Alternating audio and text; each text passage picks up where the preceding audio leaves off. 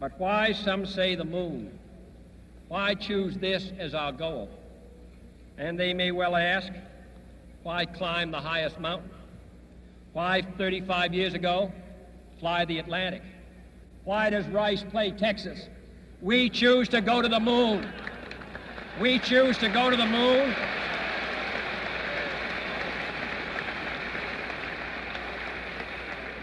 We choose to go to the moon in this decade and do the other things, not because they are easy, but because they are hard. Because that goal will serve to organize and measure the best of our energies and skills. Because that challenge is one that we're willing to accept, one we are unwilling to postpone, and one we intend to win, and the others too. This speech gives me chills. I could watch the speech 1,000 times, and this speech will give me chills 1,000 times. This is one of the best speeches politically that I've ever seen in my life. A man, only several thousand years from being an ape, shakes his fist at the moon saying, we are going to go to the moon. Kennedy wasn't an astronaut. Kennedy wasn't an engineer. Kennedy had no idea how we were going to get to the moon. And yet Kennedy is making this speech saying, I'm going to take us to the moon. Now, yes, he's coding this in freedom and democracy and all this other stuff. It was a space race against the Soviet Union for militaristic purposes to deny them the ability to essentially have this kind of domination over space. It was a space race. Doesn't mean the speech was any less ambitious or ballsy or visionary. Vision matters.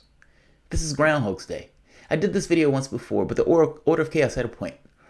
Looking at the way CNN essentially cut and came out with this particular headline, even though there's a kernel of something there for the headline, it entirely misses the entirety and the context to which the way Sanders answered this question. And that headline that CNN came up with after such is an outright and utter disaster. The catch here is, this public, the United States, has been incessantly told over and over and over again by millionaires, billionaires, media personalities who are millionaires themselves paid by billionaires, politicians who are also paid by those millionaires and billionaires to essentially affect their political will. Why would they do anything else? You have dollars or pitchforks. Up to this point, you've only had dollars and people being too persistently vulnerable to have pitchforks. They're told incessantly, decades, you can't have nice things. We can't have nice things. This notion of vision and big things off the table. We are post big things. The best that you can get is radical incrementalism. That is dramatically unsatisfying. Bernie Sanders comes out and says, yes, we can do big things. I am going to be a transformational president. All of these areas, these sectors across the economy that don't work in the interests of the 99%, that is going to be changed under my presidency. There will be no situation where I would have 95% of the gains going to the top 1%.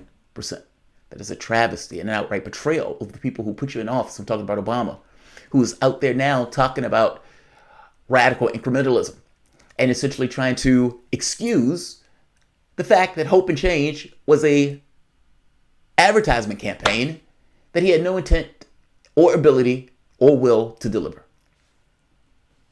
And now he's wagging his finger at the people who want big things.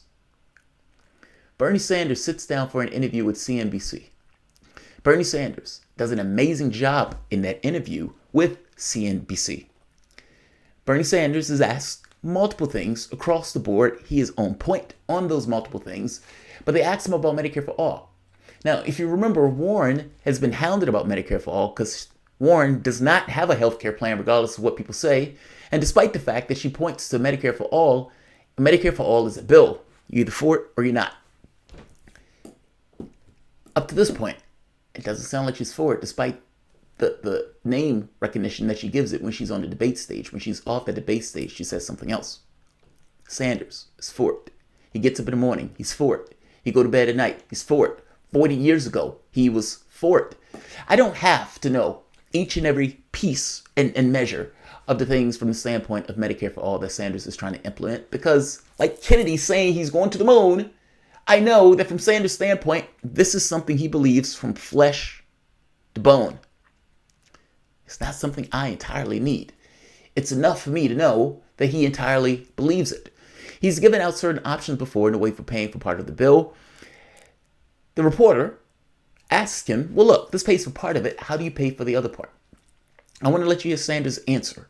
And then I want to let you see how CNN described this and how they cut it. Order of chaos? You're right. CNN's answer was massively unsatisfying. And when I was looking for the interview before, this particular section of it, for whatever reason, didn't necessarily show up. But I got it now. So let's look at that section of the interview. Sanders explains patiently, succinctly, brilliantly, Medicare for all. CNN takes it and mangles it into one line that is absolutely devastating. And this is one of those things where, despite the fact that the way Sanders answered this is perfectly okay for me, because again, to me, vision and knowing that the individual means it matters more. Meaning, I don't need him to have all the details. What I need is this full-blown belief that the individual means it. He does. I don't think anybody disagrees that Sanders believes it. Let's hear him explain it to the reporter, and then let's turn around and look at how CNN described it. Welcome to a Groundhog's Day soapbox.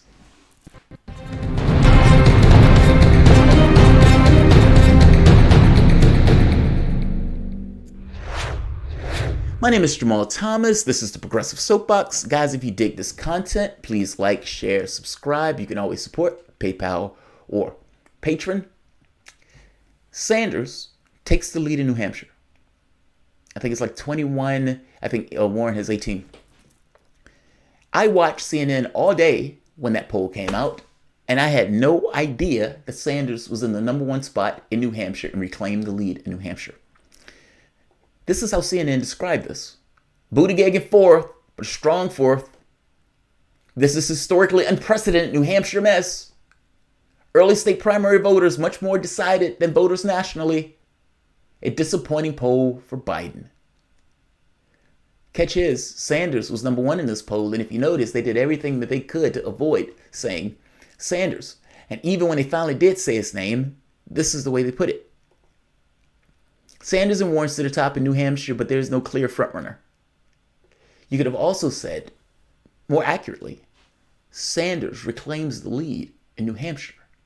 That would have been just as valid, succinct, and more accurate, because despite being within the polling numbers, for the most part, he has taken the lead in New Hampshire.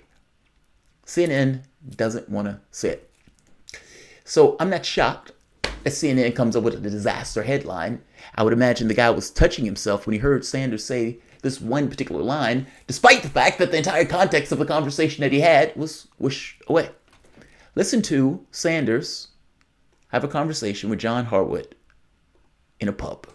Has limited things that Democrats have been able to get done, has been fiscal. Senator Warren is producing plans to pay for Medicare for all. You've identified revenue sources for about... By the way, just one point. The problem that I have with this answer, even though Sanders' answer is fine on this, Medicare for all is a massive wage increase. Understand what I mean? Think of all the premiums that you have at your disposal, everything that you have to pay each month for healthcare. And that's not something that you can avoid paying. It's a regressive tax. It's a tax that's not paid to the government, but paid to healthcare insurance companies who use the money that you give them to maximize their profit, meaning take a certain amount off the top of their own profit and millionaires and everything else, and then find ways to deny you healthcare in order to increase their coffers. What if, instead of paying that to a healthcare company, you paid it to the government? Now, the government says, if you give it to us from the standpoint of Medicare for all, we max out the items that you get for healthcare, meaning you get quality healthcare from the standpoint of dental, vision, essentially across the board. Everything that an individual would need from birth to death, covered. Not out of pocket. Those go away. Meaning all the taxes that you were paying directly to a healthcare insurance company and to your doctor every time you go for a copay, that's a tax. Every time you have to get a procedure, that's a tax. Every time you have to get a surgery, that's a tax. If you get cancer, oh my God, that's amazing tax. And by the way, some of those taxes are corners, meaning you can't see all of them. If all of that stuff was taken off the table, and the thing that you ended up paying, for the most part, was a tax from the standpoint of Medicare, meaning all of those original taxes that you were paying to corporations now go away. All of that stuff comes back to you directly in wages. Say, for example, you were making $65,000 a year, and you were paying $15,000 in taxes to corporations for your health care.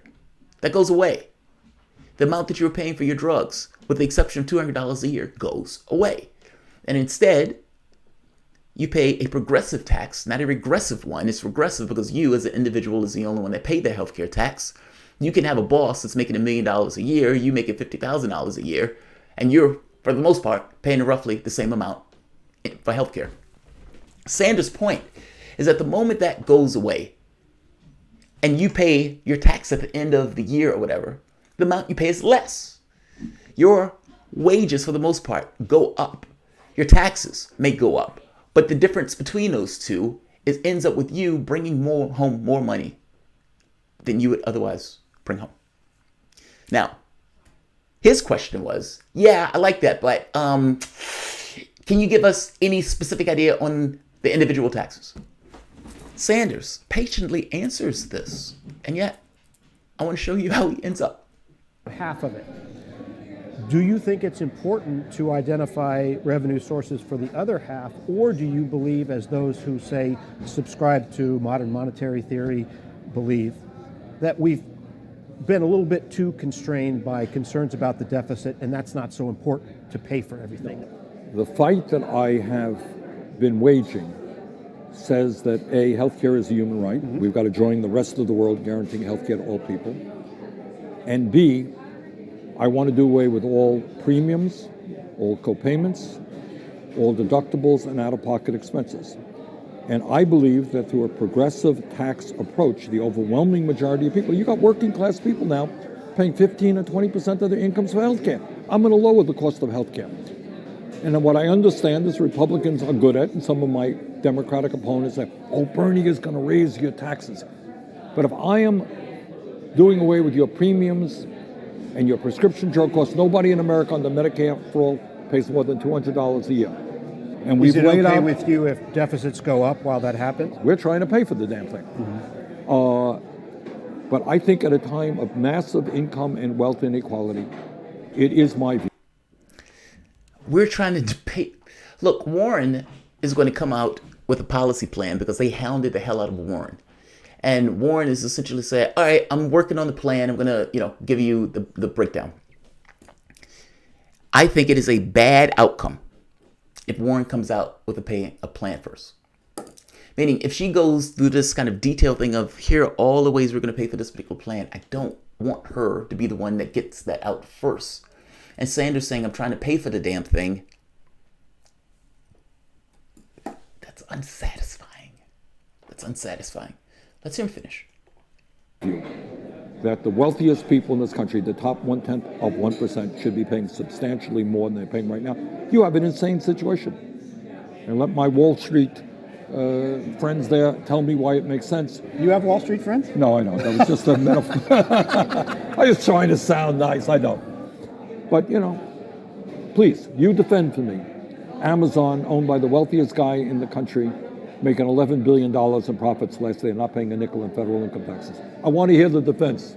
John, I don't hear it. There is no defense. And it's not just Amazon, it's dozens of these corporations. So you do plan to propose the other $16 billion in... Federal taxes are already paying, roughly speaking, 60% of healthcare costs through Medicare, Medicaid, CHIP, and other healthcare programs. Mm-hmm. So you still have more revenue to go to make it fully paid for. Well, what we have laid out is, look, the fight right now is to get the American people to understand that we're spending twice as much per capita, that of course we can pay for it.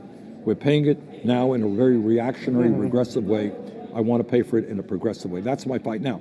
Now you're asking me to come up with an exact detailed plan of how, every American, how much you're going to pay more in taxes, how much I'm going to pay. I don't think I have to do that right now. What I have to say, and be honest, is to say, yeah. You think it's foolish that Senator Warren's trying to? I'm not saying it's foolish. I'm not saying it's foolish. Because some people are saying that. Like, why box yourself in with that kind of detail? Well, all that I'm saying is that what we have laid out are a variety of options, all right, which are progressive, all right? We're going to take those. We'll have that debate. But at the end of the day, we will pay for every nickel of Medicare for all, and it will save the overwhelming majority of the American people who no longer pay premiums. Would you envision that at the end of a Sanders administration, the deficit would not be larger than it is now? Well, I surely, unlike Trump, would not be giving $1 trillion in tax breaks over 10 years to the 1% in large corporations. I surely, like Trump, would not be greatly expanding military spending. I surely would not be providing hundreds of billions of dollars a year in tax breaks and subsidies to the fossil fuel industry. But you think the net of that priority shift would not result in a higher deficit? Look, I'm not here to tell you, Yeah. But under Trump, what we have... This is a good answer. This is a decent answer. The catch here is he's hounding Sanders for something specific, and Sanders is telling him, look, we've given you multiple options in order to allow this to be a progressive tax as opposed to a regressive tax where you are stuck paying it as an individual as opposed to us as a society coming to terms to figure out how to pay for it. He also makes the point that right now, I'm sorry, my finger hurts. The dogs are, my wife asked for my help to take the dogs trick-or-treating. And to give the neighbors some kind of food stuff that she made. And Bo is a 70-pound pit bull who gets overly excited when he's, out in public with everybody else kind of just walking down the street. And he ripped my finger and the thing hurts. Sanders made the secondary point that, look, we pay twice as much as everyone else in the world. Clearly, we can pay for it. We're paying for the bulk of it right now. He even goes to the point of saying 60% of healthcare is paid by the government anyway, meaning the bulk of government is paid by of healthcare is paid by government anyway. We have the capacity to pay for it, is his point. And the people at the top will pay more. That was his point of bringing up Amazon and how they paid no money in taxes. He's like, defend that. Well, he's saying defend that within the context of his plan, Medicare for all. Not to mention, he even goes into the military budget and all this other stuff. He also tries to make the point to him in sort of a subtle way. When you're asking me about how do I pay for it, Donald Trump has literally raised the deficit of $1 trillion a year over tax cuts and all this other stuff. His point is he's been increasing the military budget. Nobody cared how he was going to pay for it. He gave these tax cuts. Nobody cared how he was going to pay for it. Now you're hounding me about how I'm going to pay for this particular program and trying to get to the specifics of whether or not the budget is going to go up or down. Trump, the budget is at $23 trillion. You had all of these neo-libs who went in office and increased the budget. Be it wars, be it tax cuts, be it the instantiation of tax cuts under Obama. You've allowed the deficit to go higher and higher and higher. The American public has nothing to show for it. Now you're hounding me about the Medicare for all thing. I've given you the way of how we're going to pay for it. In somewhat of a flippant way, Sanders was like, I don't think I need to do that right now since I've given you all of these other options into how this can be paid for. This has to be haggled about. Any plan that I give you right now essentially is going to be fought and haggled over. I think that's a fair answer, but I think that's an answer that can be attacked. And that is to some degree true, especially if Warren comes out with her plan. You heard what Sanders said. That answer was fine. In fact, the entire CNBC interview was on point.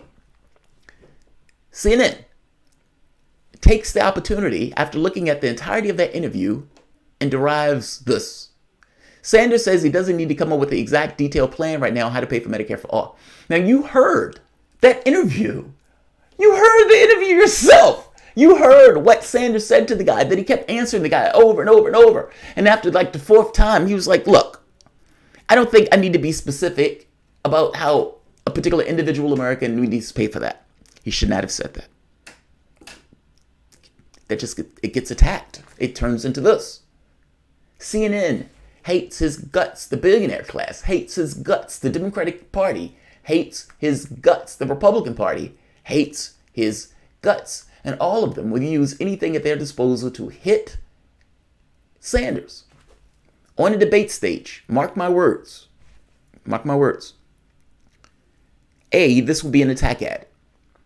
B, if Warren comes out with this kind of detailed policy proposal, all right, I'm going to pay for it all, and this is how I'm going to pay for it all, and Sanders hasn't, on a debate stage, the difference will be used as a cudgel to hit the other. If you notice, he asks, do you think it was foolish that Warren did that? Think of the term foolish. Sanders never said anything of the such. She didn't even bring up Warren. The reporter brought up Warren and asked, was it foolish? On a debate stage, they will be doing something similar. They have every incentive in the world to do so. A, to draw eyes. B, to draw conflict. C, to create a distinction between the two because they don't like what these guys are pushing. And D, the contestants in the Democratic Party themselves are going to start trying to divide these two. I mean, Amy Klobuchar, if you notice, did it. Many other people on stage was doing it. Well, Sanders is being honest that he's going to increase taxes on the middle class, but Warren is not. This headline is monstrous and is entirely out of whack with what was said from the standpoint of context. To me, the thing that matters more than anything else is that the individual means it and that the individual has vision and that when he gets up in the morning, goes to bed at night, he's going to have a tenacity about him in order to get what he wants accomplished. There is nobody, rational human being, that thinks Sanders is not a true believer. He is. And when he makes the point that we're going to pay for whatever we're pushing, and he gives all of these various policy proposals and explanations of how he's going to do so, I have no reason to believe that he's lying about this, seeing as he is a true believer on this process. Meaning, I full well believe he's going to do what he says he's going to do. Our healthcare cost is twice as much as anyone else in the world. He has given the policy proposals in regards to how that's going to affect the middle class. And not just that, from the standpoint of you will end up saving more. It will be a income increase just because you don't have to pay that stuff out of pocket. Your healthcare costs go from being a regressive tax that you individually pay to a progressive tax where you get the best healthcare that you, for the most part, can think of, at the very least that we have now, without paying out-of-pocket costs. And after explaining all of this to the reporter still says, yeah, but can you give us, specific plans and all this other stuff? And CNN takes a substantive conversation where Sanders is explaining it and snapshots it down to Sanders say he doesn't need to come up with an exact detailed plan right now on how to pay for Medicare for all.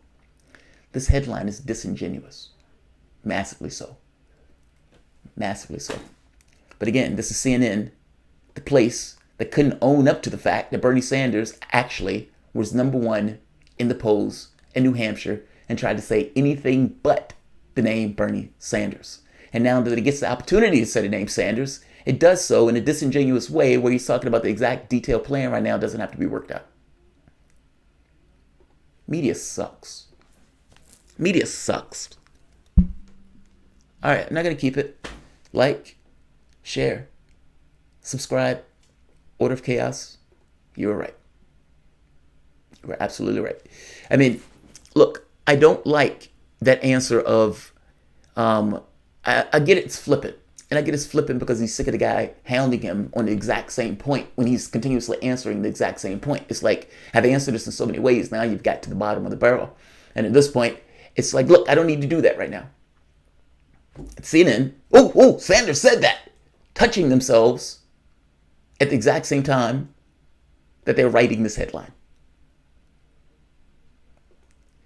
I'll put the interview at the bottom so you can see it for yourself. It was a good interview. CNN just sucks. CNN just sucks. Like, share, subscribe.